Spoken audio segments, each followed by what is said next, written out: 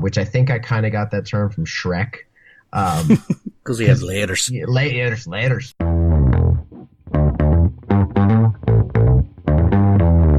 You're listening to the Author Stories Podcast, bringing you the story behind the stories and the storytellers. Margaret White, Terry Brooks, Sheena Kamal, Matthew Quick, JT Ellison, Walt D. Williams, Brad Ford, Corey Dr. O, Brandon Sanderson, Robin Mom, Ernest Klein, Jim Butcher, Sherwin Harris. Visit hankgarner.com for archives of all the shows. Today's guest is Jaime Castle.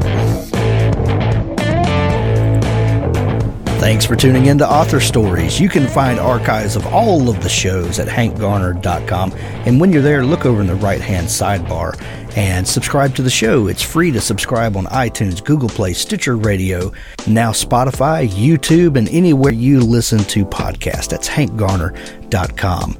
I'd like to tell you about a few folks before we get into today's interview. Ernie Howard has a new book up for pre-order. It's called Melody 8. My mother used to sing to me when I was scared at night. She would lay beside me and I would place my head on her chest, hearing the song through the vibration of her body. I loved my mother's voice right up to the day she was put to death because of it. If you're a lover of post-apocalyptic stories, you need to get ready for a new twist on the genre. We must change the vibration or the frequency will forever change us. Melody 8. Pre-order it now from Ernie Howard. Soulbreaker by Clara Coulson is free right now. There's a dangerous monster loose on the streets of Aurora, Michigan, and Detective Cal Kinsey is determined to stop it, or die trying. 2 years ago, Cal Kinsey was an up-and-coming cop in the Aurora Police Department, but during a fateful nighttime stakeout in search of a prolific killer, Cal witnessed the darkest corner of his dreams come to life. A rogue vampire slaughtered his partner and introduced Cal to the supernatural world he never knew existed in the shadows. Soulbreaker is free now from Clara Coulson. There's a link to it in the show notes. Also by August Ansel, After the Pretty Pox, The Attic. A searing act of bioterrorism, a catastrophic plague they call the Pretty Pox. Most of the human race is dead, and for 2 years, Ari McInnes has been alone, riding out the aftermath of the disease. Hidden in the attic of her ruined home, Ari survives by wit and skill, ritual and habit. Convinced that humans are little more than a dangerous fluke of nature, she chooses solitude, even in matters of life and death. Ari's precarious world is upended when her youngest brother, a man she's never met, appears out of nowhere with a badly injured woman. Their presence in the attic draws the attention of a dark watcher in the woods, and Ari is soon forced to choose between the narrow ideas that have sustained her and a stubborn instinct to love and protect. In Book 1 of August Ansel's captivating post-apocalyptic series, After the Pretty Pox casts an unwavering eye on what it means to be human in a world where nature has the upper hand, and the only rules left to live by, for good or ill, are the ones written on our hearts. After the Pretty Pox, The Attic. There's a link to it in the show notes. Now on to our show. Well, thanks for joining me again for the Author Stories Podcast, where I bring you the story behind the stories and the storytellers. Today, I'm really excited to have Jaime Castle on the show with me today. Jaime is a fantastic fantasy author who has a brand new book released, Web of Eyes, and a new series starting that's just doing gangbusters. Jaime's a good friend of mine. Happy to have him on the show. We had a show the other day with Josh Hayes, and like I said on that show, we are tackling some specific topics on the craft of writing this month. And with Josh, we started with outlining because Josh is a heavy outliner. We've had many conversations kind of off the record about it. And as I asked him questions, and I've watched him on his show, Keystroke Medium, talking about that. So I thought he'd be a great person to kind of lay out and illustrate how he does things. So thought it would be fun to have my friend Jaime Castle on the show, who has kind of an opposite view on planning and writing, and so maybe we can get some insight on the other side of the creative process today. Welcome to the show, Jaime. Hey, thanks, Hank. Appreciate it. Glad to be here. So I mentioned Web of Eyes, but you also have a brand new release just the last couple of days. Tell us about that to get started, about this series and what you guys are doing with it. Yeah, so we released book 2 yesterday, if I'm not mistaken. The release days are so emotionally taxing. It's hard to remember sometimes. We went out to eat last night, kind of just to get my mind off of it, my family and I, and it feels like 10 days ago. But yeah, yesterday we released a book called Winds of War, which is a part of the Buried Goddess saga. Web of Eyes came out just in November. So we wrote these books. My co-writer and I, Rhett C. Bruno, we wrote these books over the course of the last year or so. And we kind of saved them up and decided to do a quick release, a rapid release, in conjunction with the audio through Audible Studios. It was actually their idea. They wanted to do a fast release and simultaneously publish everything with audio and ebook together. And so far, especially on the audio side of things, it's just doing fantastic things. Luke Daniels narrated it and did such an amazing job. So that's where we're at. Web of Eyes came out, Winds of War came out, and then Will of Fire will be coming out on January 9th. Man, that is intense and awesome. So how many books are in that series total? So far, there's 3 that are written and in the release schedule. There are 6 planned. Book 4 is about halfway done, which I know. So we're all authors, more or less. I think a lot of the people that listen to this show are authors. Generally, what I hear is people talking word count, and I often think to myself, readers don't understand word count. Stop talking about word count. But that's the language that we speak, and so we're halfway done with book 4, and it's like 100,000 words halfway through. So this is really an epic. It's about a 200,000 word book.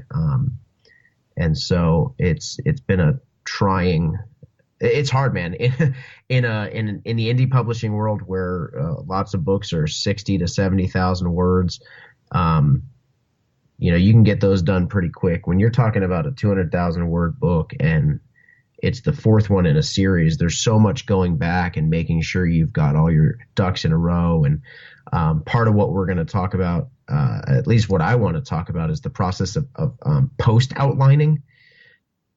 Because honestly, when you pants like I do, or you onion write like I do, there's a desperate need for what I call post outlining. It's not pre outlining like Josh does, but it's keeping track of all the crap that you've done so that you don't screw it up in the future. Yeah. I talk to lots and lots of authors, and I like to try to wrap my brain around the different ways that people do things. And everybody has a slightly different, way that they do things. And, we talk about pantsing and plotting as if those are the only 2 poles. Right. And I've said it many times, most people are somewhere in the middle there. Yeah. I don't know many people at all that just sit down to a blank page and stuff just pops out, out of nowhere as they write. Some authors will say that that's what they do, but I just get the feeling that rarely happens. Most people have an idea in their head. They've got a story that's been ruminating in there and rolling around, and they start writing with what they already see in their mind. And then the story grows as that happens. But very few people are just automatic writing, just blank page and words just start coming out. So let's start at the beginning. Where does story begin for you? Story begins for me. First of all, I'm also a book cover designer. So I pretty much will not write a book until I have a book cover for it. Book covers give me inspiration. Book titles give me inspiration. I could use Web of Eyes as an example. The Web of Eyes started as a title. It was a play on Web of Lies. And I thought to myself, Web of Eyes, that's pretty cool. What can I do with that? And it turned into what is now the first book of the series. I have on my notes here on my phone the original. Let's see, May 21st, 2017, I typed up, based on the name Web of Eyes, I sat down, and you said, people don't necessarily always sit down and just type up. I kind of did with this, and so what I typed up immediately based on Web of Eyes, if I could read it, is that cool? I mean, Absolutely. so originally the main character Whitney Firestone, his name was Miles Filcher, which is a stupid name. Whitney Firestone's not much better, I guess, but Miles Filcher, he's a thief. Why would he call himself Filcher? That's just stupid. But I had no other ideas, so I just started typing. Miles Filcher is a thief with nothing to prove. He has succeeded in performing every great heist there is. One night at the Twilight Manor, he is bragging and he's challenged. Nothing you've done matters until you've stolen from the royal coffers. He accepts the challenge. It's tax season in Valor City, and the barracks housing hundreds of guards contains a room full of unimaginable wealth. With little plan but a prayer, he moves forward that night, steals enough to live comfortably for the rest of his life. What he didn't know was that it was a setup, and the challenge was issued by the guard master himself, Master Jorgen, an effort to not only test his guards, but in hopes to find someone who's capable of leading a team into the webbed woods where there's a race of arachnids living. I'm going to stop real quick. Hardly any of this ended up in the book. Okay? Right. Some of this is so stupid. Like, I'm reading it and I'm going, what was I thinking? But here we go. The Queen Bliss, with the body of a woman and 8 legs, has a vendetta against humanity since she was cursed by a prophetess of the buried goddess in an attempt to rid the world of anything more beautiful than she. With the learned ability, she controls spiders, she haunts the woods, and has raised an army of assassins that will do her will. Miles denies the group of soldiers Jorgen plans to send. Jorgen gives him no choice, so Miles leaves in the middle of the night alone.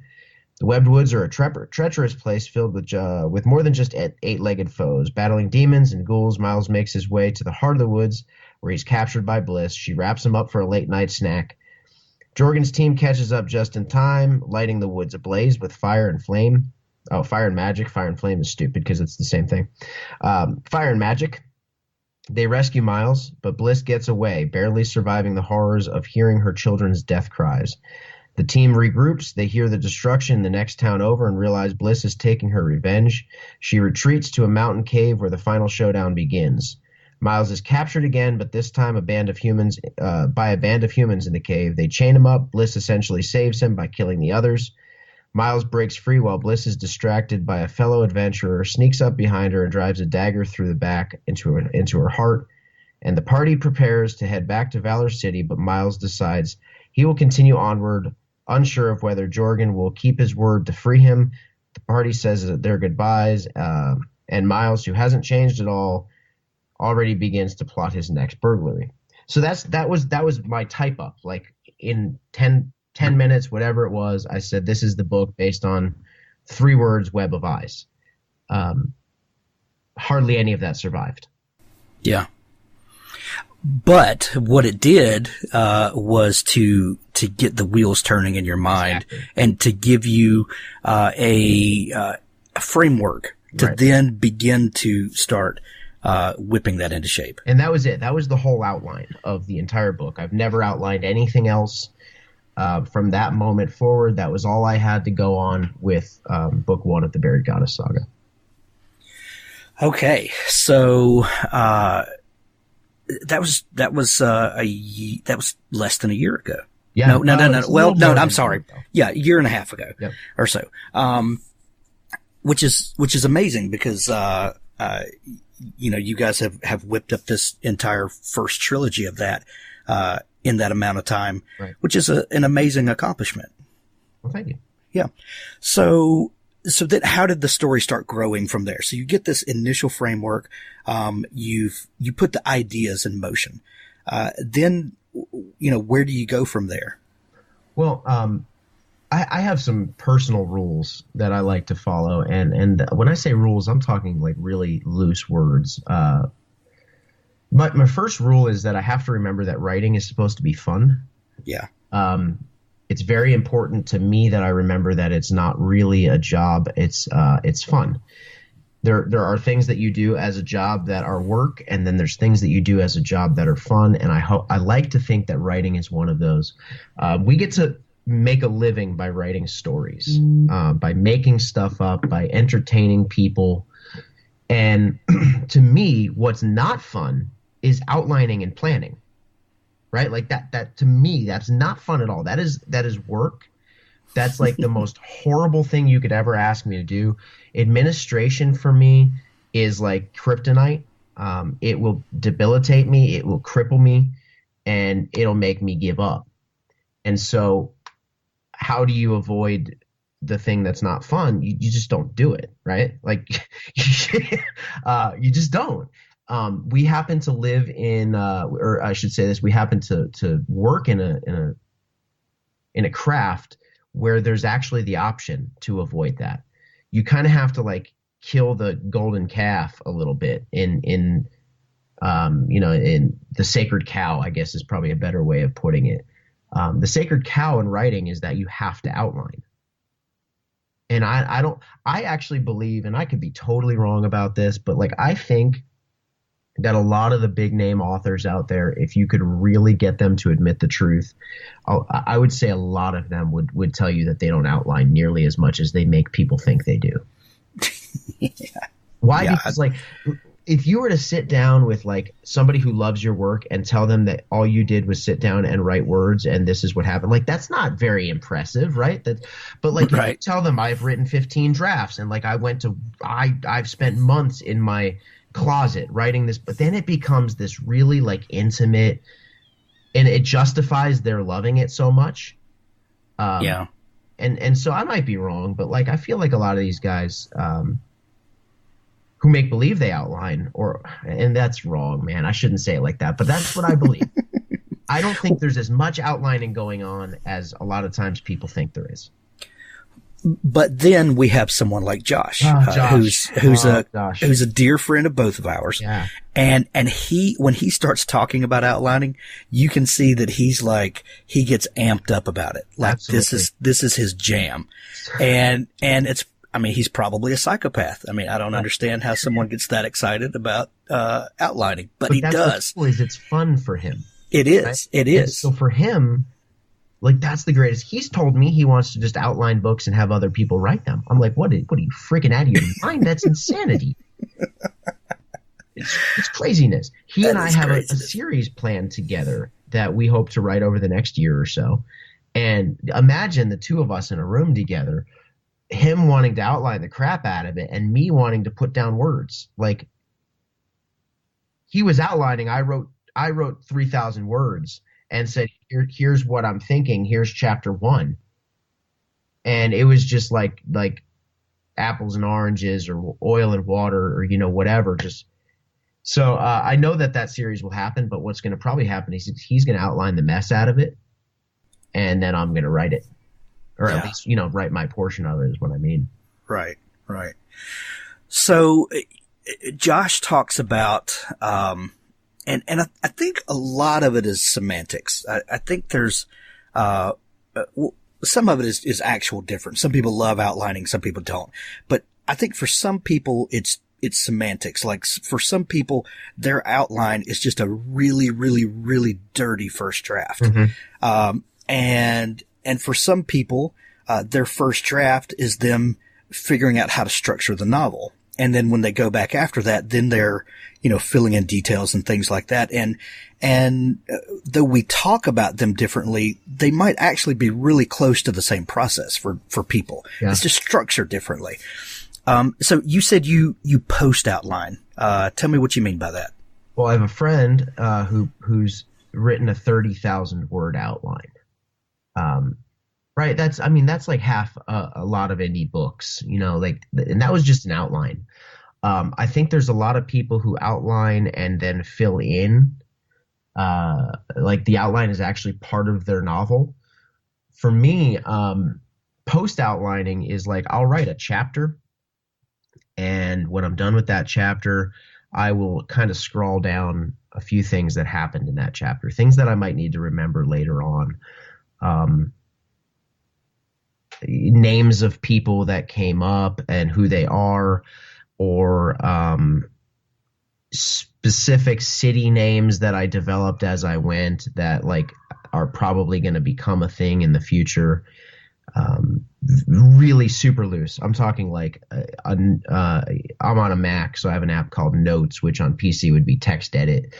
and or maybe is it called notes? I don't know what it's called on here. What is it called? It is called text edit. So it would be Notepad on a PC is what I was thinking. Gotcha. Yeah, So just a text editor. Yeah, just an RTF type of thing, a rich text, And I don't use anything special. I just type into my RTF text edit, like just chapter 1, Whitney Firestone runs through the city chased by a guard named John, or whatever, and that's it. That's my outline for that chapter.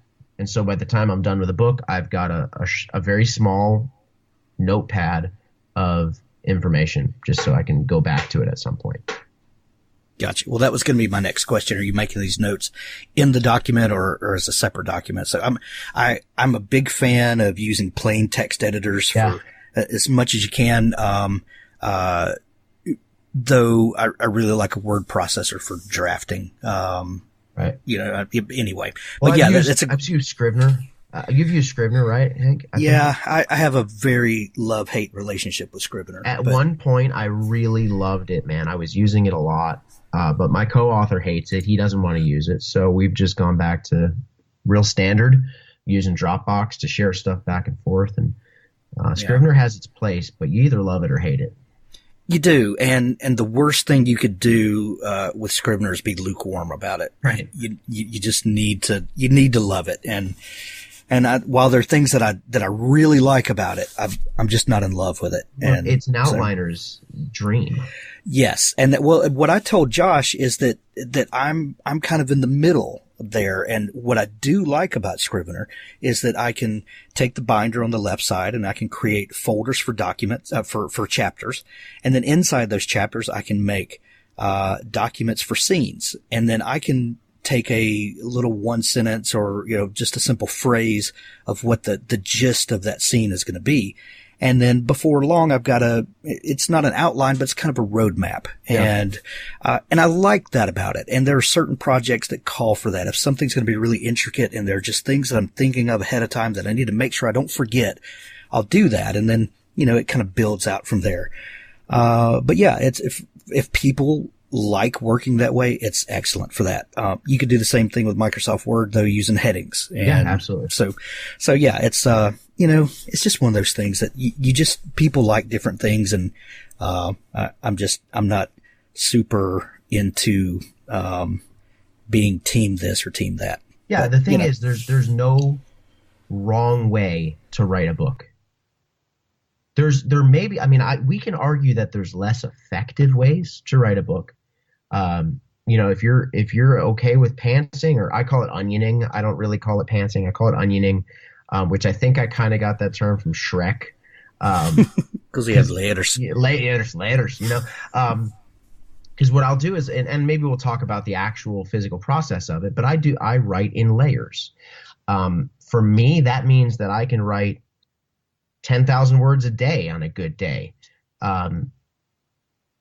And if I'm writing 10,000 good words on a good day, and you're writing 500 words, like in the end, there's got to be the question, what's more effective?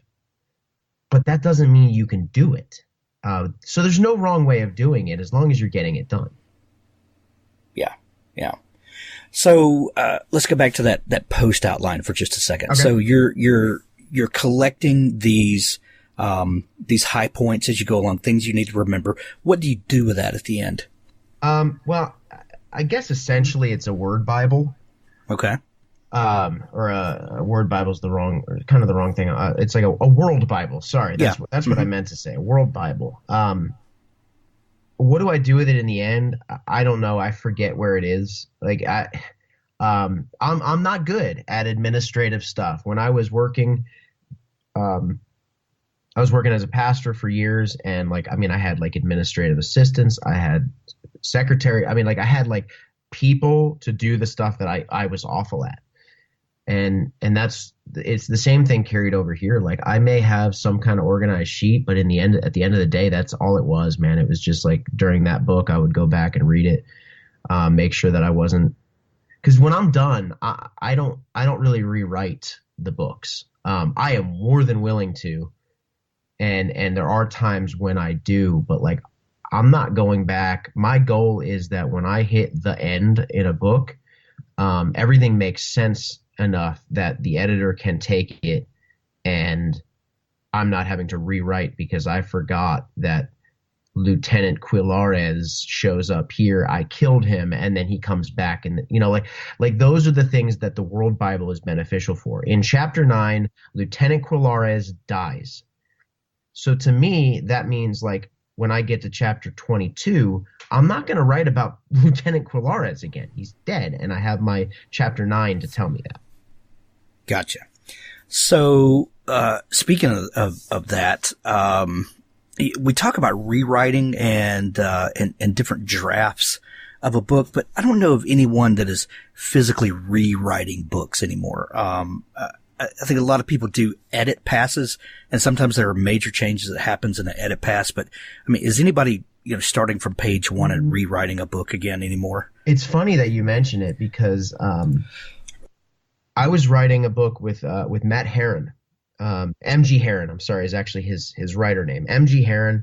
He and I wrote a book together. We were actually writing a series together. It was we were writing it at the same time that I started writing Web of Eyes. We started writing this, and honestly, if I'm just being transparent, the Web of Eyes just took over. Buried Goddess Saga took over for me, and I had to have a very honest conversation with him. He's still a good friend of mine, but I just had to tell him, hey, this isn't. I'm not here anymore.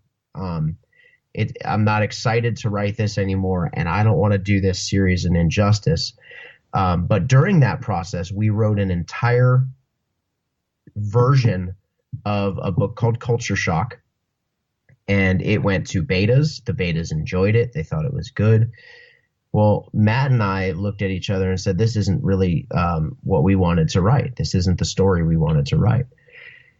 We rewrote it, literally, ground zero. So much about that book changed.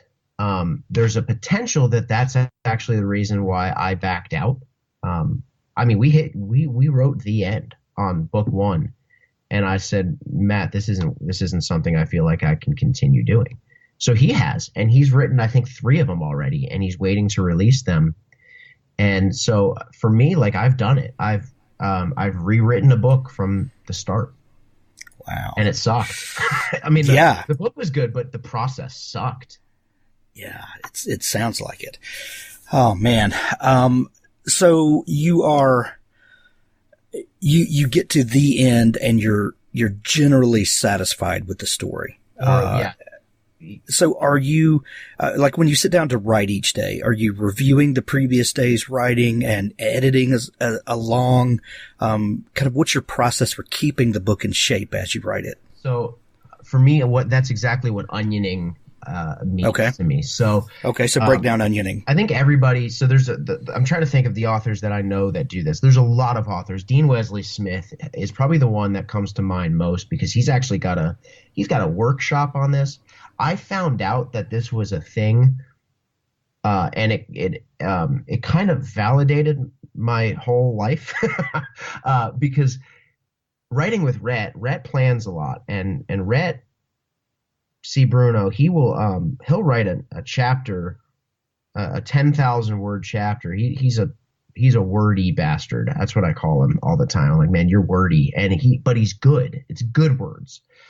But he could write a 10,000 word chapter, and it might take him 4 or 5 days to get that done. But when he's done with it, it's done, and it's gorgeous, and it's beautiful. For me, that same 10,000 words, I will rewrite into those 15 times by the time I get to the end of it. So, like, I'll write, I don't know, 1,000 words, and then I'll come to a point where I'm like, I don't really know where this is going, and I'll go back to the beginning and start writing into that 1,000 words. And that 1,000 words will grow into about, 1,100, 1,150, because I'll add some descriptions, I'll add some dialogue, I'll deepen things that I've already done. But for me, the goal is like whatever line of thought I'm on at the time, I'm going to write that through until the end.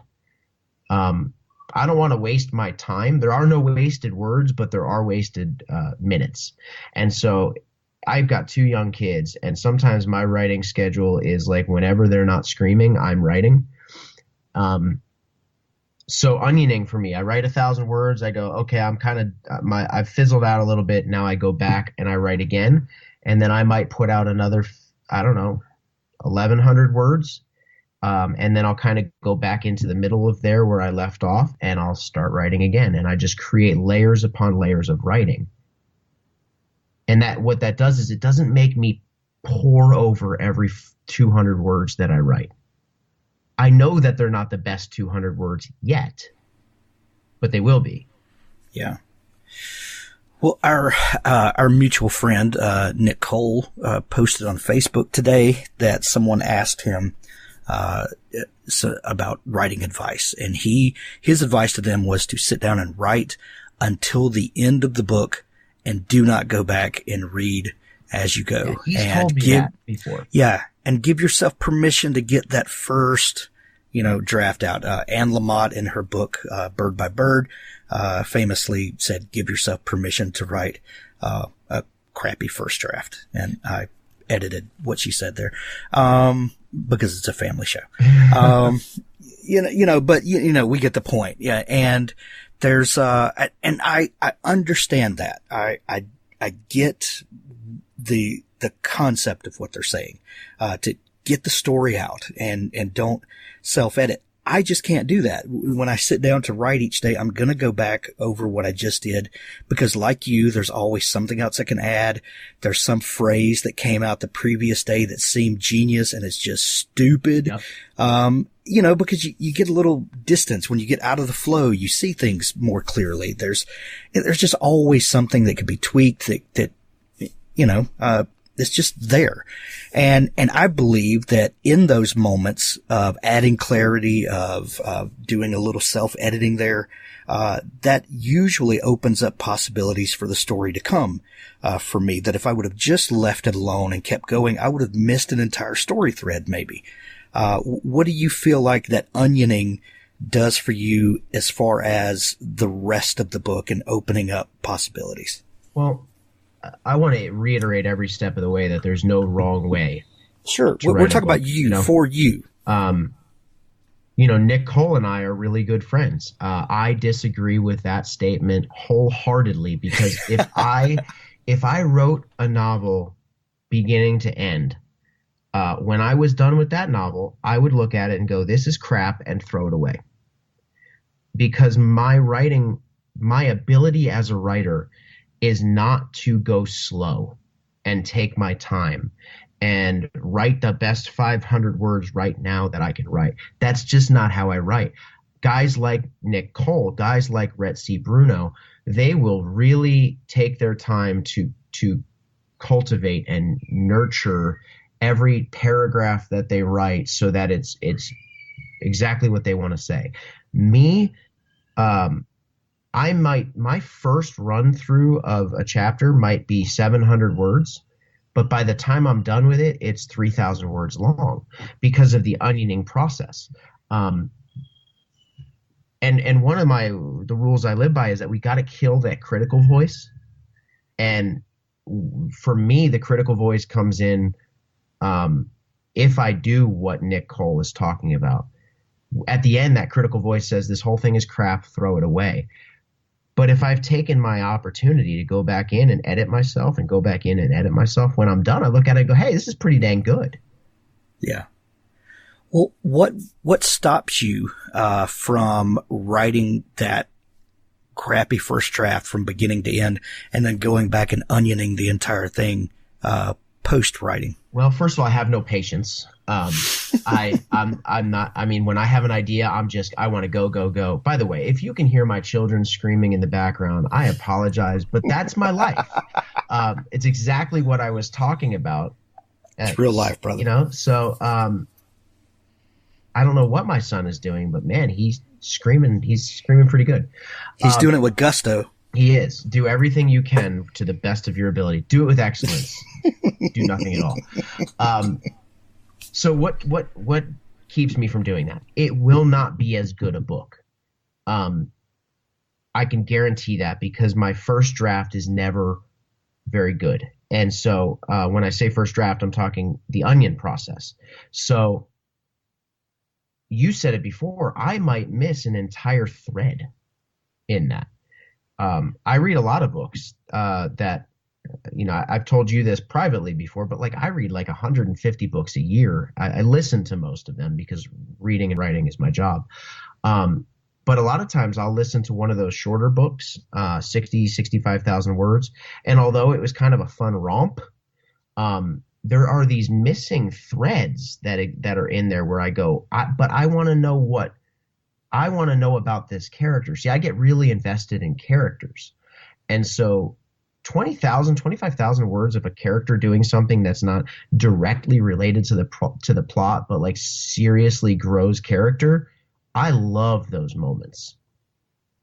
Love them. And they might not happen if you just write your book all the way through to the end because you're just trying to get your story out. Well, and one of the problems is in publishing and in indie publishing, especially as we have listened to too many people that have cracked the code on publishing. Yeah. And we need to write quickly. We need to publish quickly and successively. And to do that, you're going to have to leave some story threads unfinished because you just can't take the time to develop a story the way it needs to be developed. And there's a balance between taking too long to publish and the whole idea that has prevailed for so long, publish one book a year, stay on this one book a year cycle, and which has prevailed in traditional publishing for a long time. But then the opposite of that is some, and we're not labeling anything, but some people in indie publishing are wanting to, publish a book every 3 weeks or so. And, both of those are probably not doing the author, justice in the end. We've got to find the balance between those things, at some point. And, you're just not giving yourself the opportunity to let the book be all that it can be. Yeah, I think oftentimes we're so eager to go full time. That's been the push. Is how do I get to the point where I'm full time? And there's the group 20 books to 50K. I was just in Vegas, and I think it's a phenomenal group of people. I love every one of them. I had a great time there. But Michael Anderle always says something that I love, and that is hashtag probably. He's big on like, this worked for me, but it won't necessarily work for you. He's big on don't tell people how they have to do things to get things done. But a lot of times people are just they think that there's this magic to writing and releasing. I have all these like thoughts going through my head right now. Part of, if I would have, if I'd write these down in some kind of order, I don't know, like an outline, maybe, but here, let me just try to bring it all together with this. First of all, we've got to be our biggest fan. And what that means is that we have to like what we put out. I hear a lot of writers discuss their previous books as practice. And I'm going to agree with that. I'm also going to maybe put a little caveat with that. Everything you write, you're practicing. Everything you write, you're learning. Doctors and lawyers, they have what? They have practices. But are they professionals? I mean, are they still professional doctors? The answer is yes. So just because we're practicing our craft doesn't mean that we're not also professionals. However, if a doctor told you that she was a terrible doctor, would you go to that doctor? Right. But what happens in writing a lot of times is I keep hearing this. I keep telling people I'm reading their first book. And I literally, almost everyone I say, hey, man, I just picked up your first book of the series. Almost every one of them says it gets better as the series goes on. I'm not kidding, man. This is like the last 3 weeks or so. I've heard that a dozen times. And I go, but what if people don't make it past book one? Right. If you know that you become a better writer, then there's a really good chance that you didn't take your time with book one to make it as good as it could be. But here's the deal. In the climate that we live, I know I'm talking a lot. I'm sorry. I'm the guest. No, it's fine.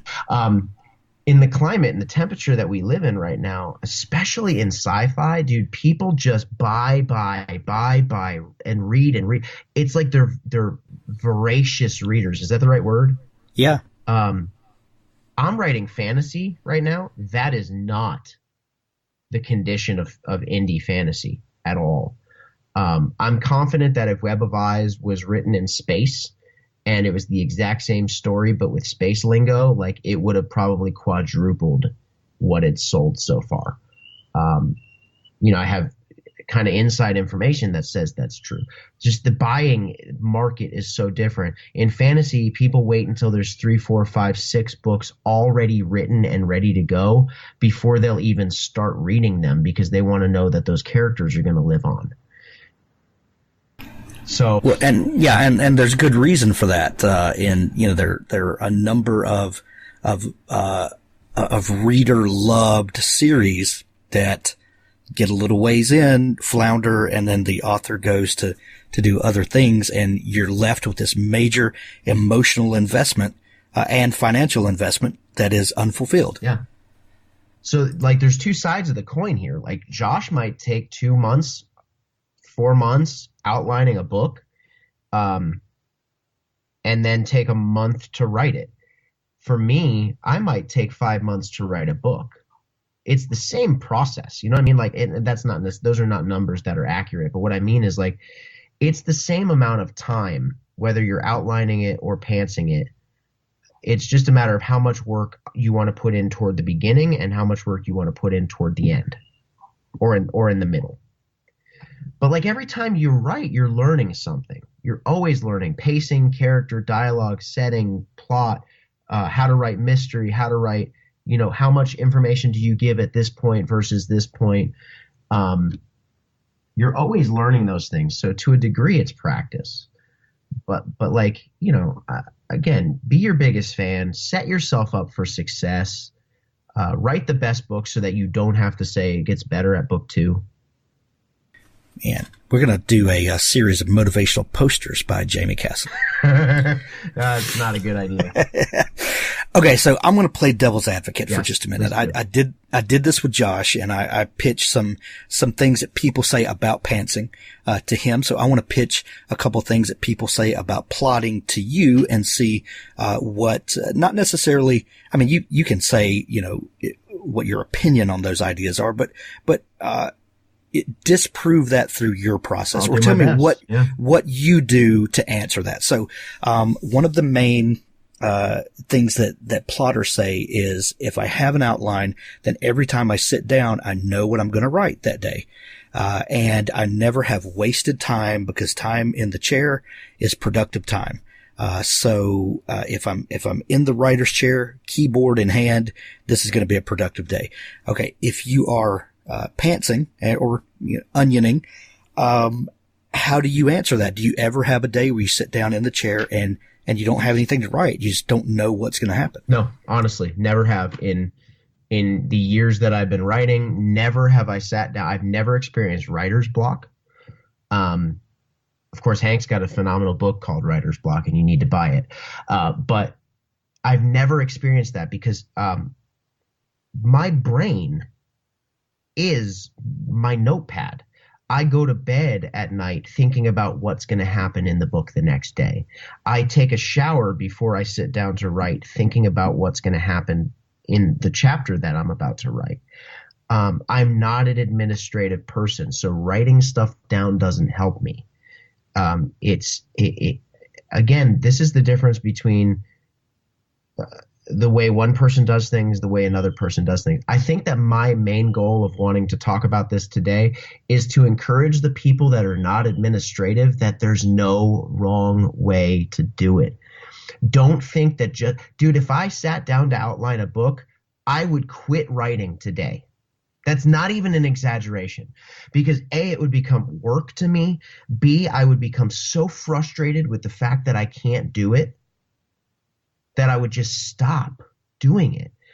But when I take a shower and I go, it'd be really awesome if Whitney did such and such and so and so, and then I get in my chair and now I have fuel to write the next 5,000 words. I'm done. I've written 5,000 words for the day. I could take my son to the park, and while he and I are playing, I'm coming up with the next 5,000 words in my head. You kind of make my case for me of what I was saying at the beginning about that most writers don't sit down with a blank page and just words start flopping out. Fair. Absolutely. It's that you are walking around thinking about the story all day. You're in the shower thinking about it. You're at the playground thinking about it. And then the story is growing in your mind. And then when you sit down at the keyboard, all the stuff that you've already been working through and plot mechanics and things, all that just starts flowing out of what you're already working on. Yeah, that's a great point. Yeah. I'm with you. I can't sit down and just start making up story into outline mode. I'm not wired that way. I'm too easily distracted to I don't like the term ADD, but I kind of feel that way sometimes. When I'm doing something I don't want to do, I'm going to find every reason in the world not to do it. Mm-hmm. But I've got a project I'm working on now and something I've been working on, but I needed to get into more formal shape. And I went to my son's house the other night and we kind of played the what if game, and I just had a yellow legal pad and a pen. And I said, okay, here are all the things that are happening so far. And I need to start thinking about a book 2 and a book 3 and to get some kind of solid ideas where that's going. And we just started playing the what if game. Okay, this has happened. What if this happens? Okay, well, that would open up this, and then that would then lead to this. And we were just kind of, we were having fun telling, a truncated version of the story just by having fun with it like that. And we're just jotting down ideas. And then that will then become the jumping off points to start writing. And I feel like that by capturing the excitement of the story like that, we got some good bullet points to work from, but leave the freedom to let the story come alive and live like that. So yeah, I think there's lots of different ways to do it, and while keeping the story fresh. The other day, somebody said to me that the reason people co-write is to play with the Amazon algorithm or to beat the Amazon algorithm. And in their mind, the only reason to co-write was to get books out faster. As somebody who co-writes books, what you were just talking about, Hank, is the reason that I love co-writing. Because instead of outlining, what Rhett and I will do is we'll get on the phone and play the what if game. As we're writing the book. Now, I defy you, man. I read Buried Goddess Saga and try to figure out what's going to happen next. Good luck. Read, and I'm not comparing myself to George R.R. Martin by any chance, but read Game of Thrones for the first time and you try to figure out what's going to happen next.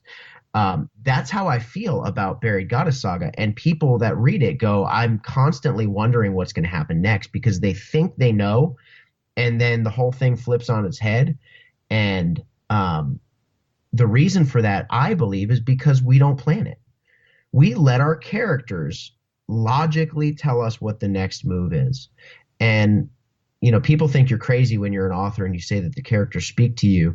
But like Whitney Firestone, dude, that guy, he does crazy things. And I'm writing it going, this is insane. Why would, but it works. And it makes sense because I put myself in Whitney's mind and I say, what's the next logical thing he would do in this situation?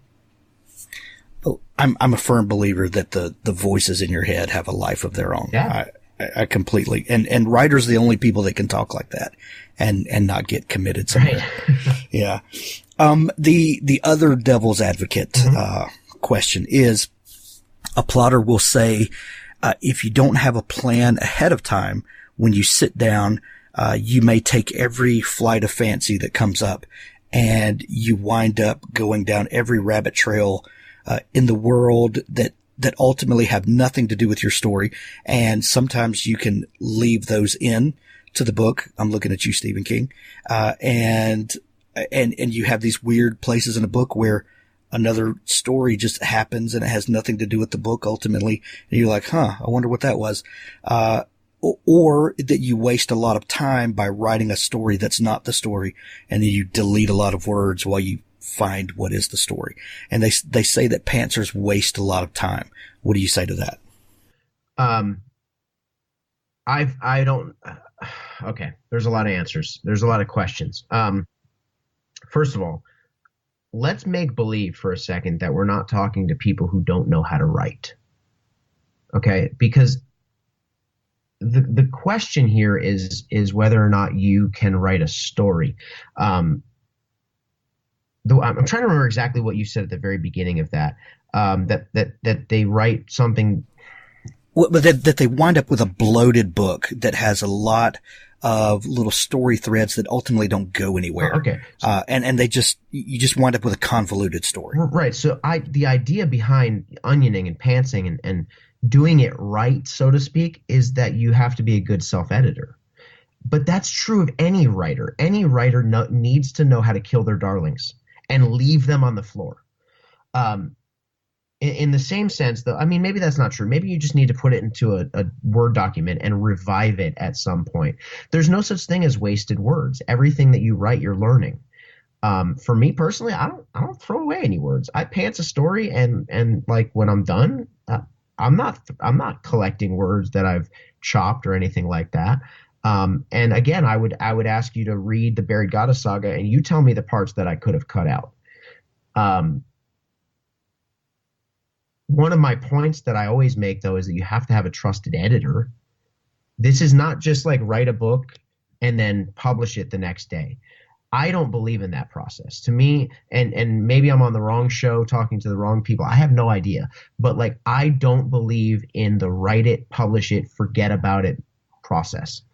I don't believe that every book needs to be a snowflake and that like you have to change the world with it. I mean, look at Han Solo. You went and saw that the other day. Like that story's been told a million times, but that's why we loved it and enjoyed it. It was this really fun adventure.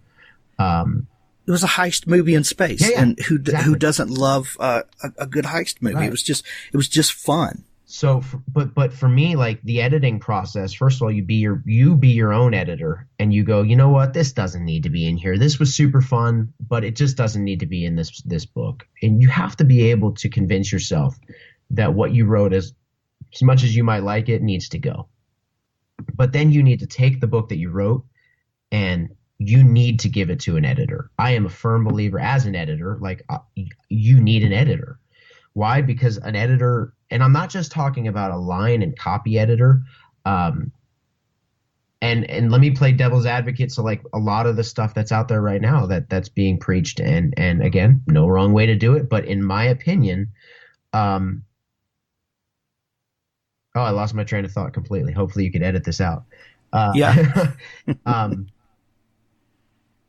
What was I going to say? The way things are being done out there, the conventional wisdom of publishing quickly and not editing. Yeah. Okay. So, in my opinion, the copy and line edit is not enough. In juxtaposition to a lot of the things that are said out there, like it's not easy and it's not cheap to write a good book. And that's, I think, a lot of times people come to me as an editor or as a book cover designer, and like the first question they want to know is like how cheap it's going to be. There's that old Venn diagram that's like pick one and it's easy, cheap, and fast, or pick two, easy, cheap, and fast. And you can only pick easy, cheap, or fast, cheap, or good. And I don't know if I said that right. Good, cheap, fast, I think is what the three are. Hank, I lost that whole thing. So you're gonna get either fast and cheap or fast and fast and good is expensive. Good. So it won't be fast, Yes. good, and cheap. It won't be good, cheap, and fast. And so for me, like I know that it's going to cost me money to write a book. It's not an easy like money making scheme where you can write a really good book that's going to sell and have longevity. I think that's where I was really trying to go with this, is that we want to have longevity. And what that means is giving your book to an editor who's going to look at it and go, this is crap. Yeah. Or this is really good. Or this needs more. Well, and when I got into writing and publishing 5 or 6 years ago, we had just come off of this wave of a number of authors had bootstrapped stories themselves, and had found phenomenal success. Hugh Howey had done it with Wool. He had these self-made covers, and he just found an audience at the right time that just, chewed those books up. But what people forget is that when he had some sales and he had an audience, he started investing in those books and had them re-edited and new covers made, and then ultimately, sold them to a trad publisher who then redid covers, right, and all of that stuff. It didn't stay that way. But people took that, the lessons that they derived from that, and all of a sudden made a new self-publishing gospel. Bootstrap it yourself, do it quickly, get it out there, and public, and Hugh wrote several books, before anyone read any of them. And he would tell people that, one of the best things you can do is build your back catalog so that when you do have success, you have other books back there, right, because you're going to get tied up doing a lot of stuff that's not writing. And I understand the spirit of what he's saying is that, it's better to have more behind you, that people can read, while you're busy doing other things. What some people interpreted that, to mean was write a bunch of books, put them out there, and your back catalog's going to make you rich. And they missed the entire point of what he was saying. Right. So whether you're outlining or pantsing or onioning, take time with your story and trust people to look at your story and give you advice and give you another set of eyes that will make your story better. It's going to be better in the long run. So let me ask this question, and it might sound weird at first, but okay. So which would you rather do? Write 90 books that make $250,000, or write one book that makes $250,000? Well, Well, from a time investment standpoint, one book making that would be, better, but you can't discount the fact that those 90 books will have a life of their own as well. Well, but make believe those 90 books make $250,000, period. Like you write 90 books, you've made $250,000, or you write one book and it makes $250,000. Which one seems like the more sound investment? Well, the one book, right. And with the hope of that because that one book was more successful, then it means more, to you. You've taken more time with it. Because like we were talking about solo, there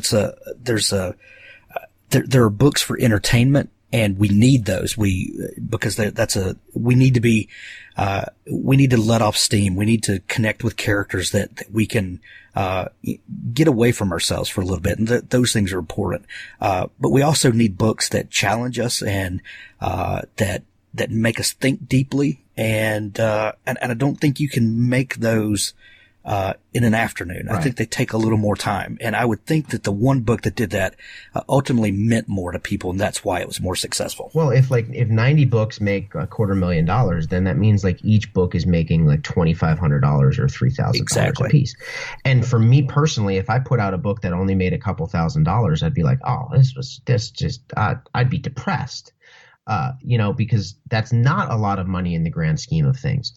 But if you could write 90 books in 1 year, which I know is like insane, but like if you could write 90 books in 1 year or one book in 1 year, the only difference in that is that those 90 books start making money faster than the one book starts making money. And did that make sense? You know what I mean? Because you could put out one and then it'll make a couple thousand, and over the course of a year, whatever, and you're sort of building money. But they're going to be okay. So the point of that is this: the difference between those two is like how quickly you can get to a point where you don't have to go to a day job anymore. And for me, like I guess I don't know how we got on this from pantsing, but like there's this. I think we were just talking about taking time with the story, Yeah, there's just this and not passion rushing of it. mine to see people care more about the books that they put out than they care about going full time. Yeah, yeah. Well, and the whole and I know that this is going to sound pretentious, so I'm prepared for that. But the whole idea of putting monetary value on books is a little weird, because I know very few people that got into writing because they thought it was a meal ticket or that it was a way to make money. Most people had the desire to be a writer, and that's one reason why I always begin the podcast by asking people what their first memory of wanting to be a writer or storyteller is, because I want them to connect with that first joy of telling stories. But before there was any pressure to do anything, when you just wanted to be a storyteller. And that always opens up people to a happy thought. And then we connect to what the real passion behind writing is. And that's why I always start with that, because I don't think anybody gets into writing to sell books. They get into it because they want to tell stories that enchant people, that take them to another world, that allows them to wrestle with problems in life, or gives them a way to laugh, and I think by reducing it to those terms, we're doing the artist in us a disservice. Well, if this was Business Stories podcast, how to make $1 million writing books, like I would be the wrong guest. And the reason I even bring any of this up here is because this is Author Stories podcast. This is supposed to be for people who love the art of storytelling. Yes. And we would do it whether we were making money doing it or not. Yep. If somebody told me today, so I'm full-time, I was forced to go full-time. Not because I was writing books that sold so much that I had to quit, although people have those stories. There were some extenuating circumstances where I either had to change career completely or there's some things that I had to make some choices. And I started a publishing company, not publishing my own. It's not a vanity press. I'm publishing many authors, and so far so good, and I made the decision to go full time. But if somebody told me you got to write, but you're never going to make any money doing it, I would still write books. Yeah. Well, Brandon Sanderson talks about the time when he was writing before he was published, and he was working the night shift as a hotel front desk guy. And, he wrote 13 books before one was published. And he told me, he said, Hank, the truth is that if I was never published, then my kids were going to inherit a house, and all of the closets and the attic were just going to be full of unpublished books, right? Because I was going to write books. That was not even the question. I'm happy that they were published. But that was, whether I did it or not was not contingent upon somebody buying it. Yeah. Yeah. And I think that's the heart of this podcast. Honestly. Absolutely. We love writing books, and we love telling stories, and not every one of them is the best thing ever, but we put our everything into them, because otherwise we're doing a disservice, I should say, an injustice to the craft. Yeah. And that's what this show is supposed to be about. It's brothers in arms, sharing stories about how we do things and why we do things. And that's one reason I like these shows where we talk about the craft, because we do get to kind of analyze the way other people do it and see what's different about the way we do it. Maybe pick up a nugget of something that will help us. Cause we're all in it together, but we're all different, and that's the beauty of it. Yeah. So, we've gone like over an hour now. Any advice that you want to give people, or maybe a challenge, that they might, challenge themselves to approach storytelling differently? Is there anything you could share with someone that you think might be beneficial? Well, closing remark, part of it is a summation, and that is, this is not necessarily a podcast that is supposed to encourage you to stop outlining. If outlining works for you, outline the crap out of your book and write the book. This process that Hank and I are going through right now discussing, the desire is to encourage people who are struggling, thinking they need to outline books. in the end, if you are struggling to write your book, you've got an idea, you've got character, you've got something going on in your brain, but every time you sit down to try to plot it out and outline it, you just get frustrated and you just want to quit, then I'm going to encourage you, stop trying to do the way that you think you're supposed to do it, and just sit down with your document open and write the next line. And if you write 200 words on day one and you go, that's all I've got, that's cool. Come back to it tomorrow and, go into those 200 words and write some more into those and see if you expand and see if you begin to grow that story from there. There's no wrong way to do it. My way is not the right way. My way is not the wrong way. It's just another way. And so challenge, go write a book. Do it. Excellent. Good stuff. You mentioned a minute ago that you started a publishing house. Why don't you tell folks what you're doing, and are you looking for more authors? So we have Rhett Bruno and I started Aethon Books. That's AETHON books.com. We have about 15 authors right now. So I just want to say this very clearly. This is not a vanity press. This is not just us trying to find a place to publish our books. We have a genuine desire to see traditional quality books in the indie market. And so this is also not some publisher that you have to pay to be a part of. This is a traditionally modeled publishing company where you submit your manuscript, and if we like it, then we sign with you in efforts to edit, create dynamic, amazing book covers and blurbs, and take over as your publisher. And so if you're interested, if that's a process, maybe you're just not good at you want to write words, but you don't know how to self-publish, or you don't know how to market your books. We're looking for sci-fi and fantasy books that are well written, that maybe you could use a little bit of editing, but that's what we're here for. We want to help people make the best books that they can make. And so if you want to, go to aethonbooks.com and follow the submission protocol, and man, we would love to get a hold of your books and see if we can help make them better and publish them and make you some money. Good stuff. We'll put a link to everything in the show notes, as always. Jaime, where can folks find you online if they want to learn more about you and what you're doing? And we'll also have a link to Aethon where they can check that out. Yeah, JamieCastle.com is a place you can go. As a matter of fact, as soon as we're done here, I'm going to go update it, since we just released a book yesterday and I didn't have time to really get that whole thing. Because I focus most of my efforts on aethonbooks.com, but I forgot JamieCastle.com exists as well.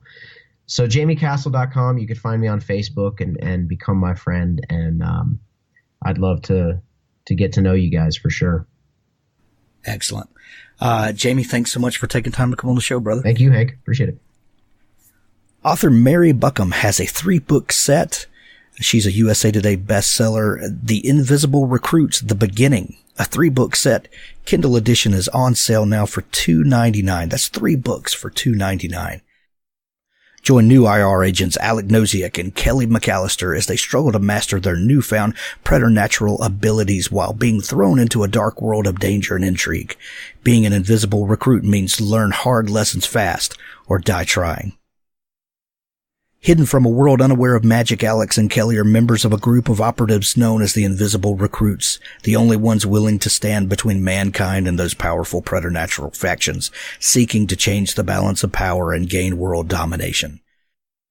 While battling for their lives, Alex and Kelly both must deal with dangerous creatures, mysterious pasts, shape-shifting brothers, and more.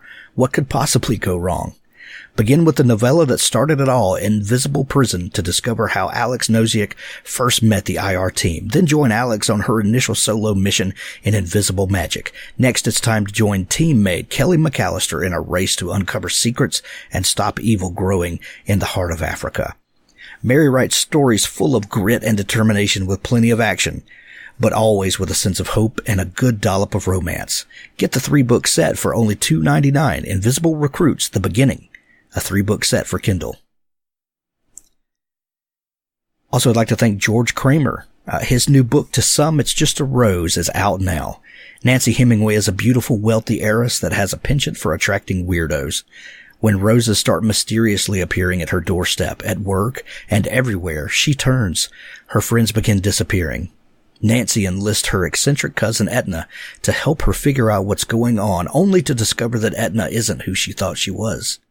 Nothing is as it appears to be, and someone is targeting Nancy. Can she outsmart this lunatic and find her friends before it's too late? The new psychological thriller from George Kramer. To some, it's just a rose. Thank you to J.R. Hanley and Chris Winder. Their new book, Breach Team, is out now. Survival means fighting through the unknown. Corporal John Harden is a decorated soldier living in the shadow of his father, a celebrated war hero. Determined to make his own way in the galaxy, John develops a reputation as a brawler, serving aboard the USS Hughes.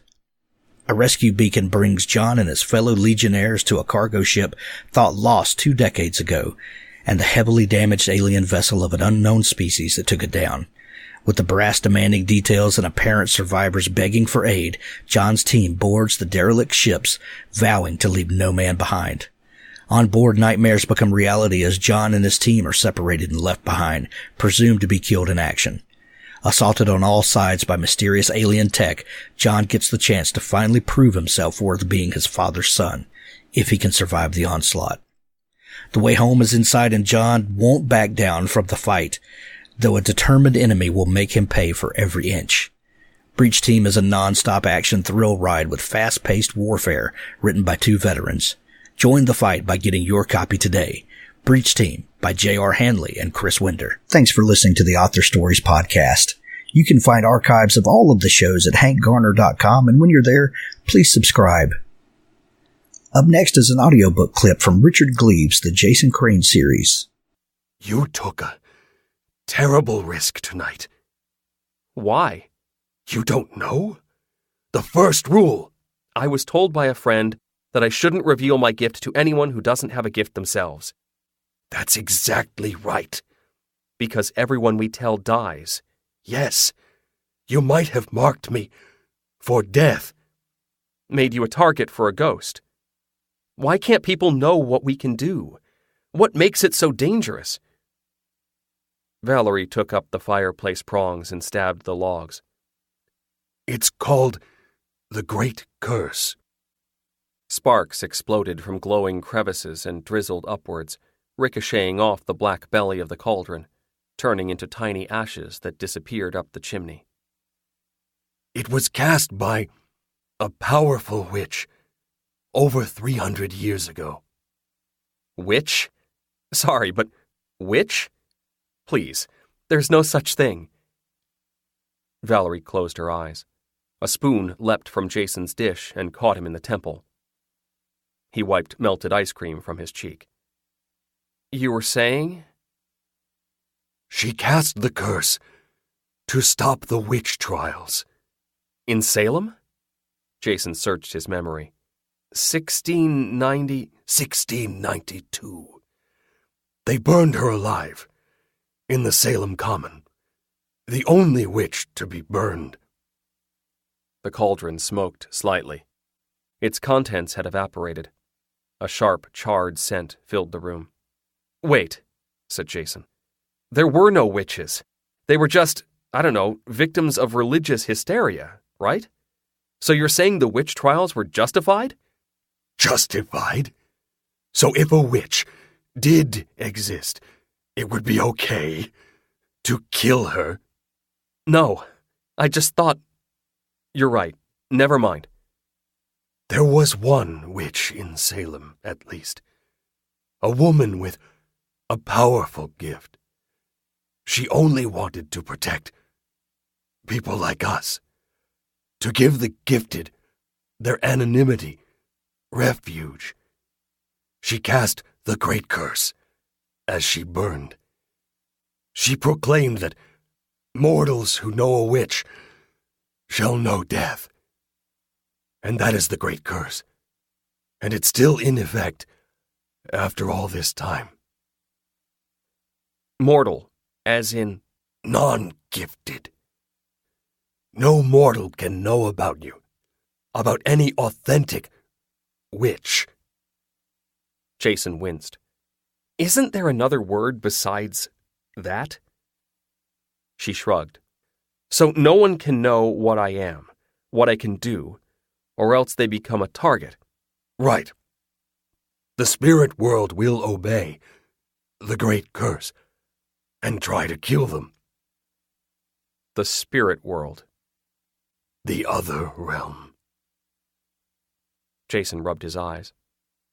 How much of this was reality and how much of this was Valerie's nutty brand of mysticism? He felt himself pulling back, as usual, for fear of contagion. He'd spent his whole life reading science fiction. He hated paranormal tales. This was not his genre.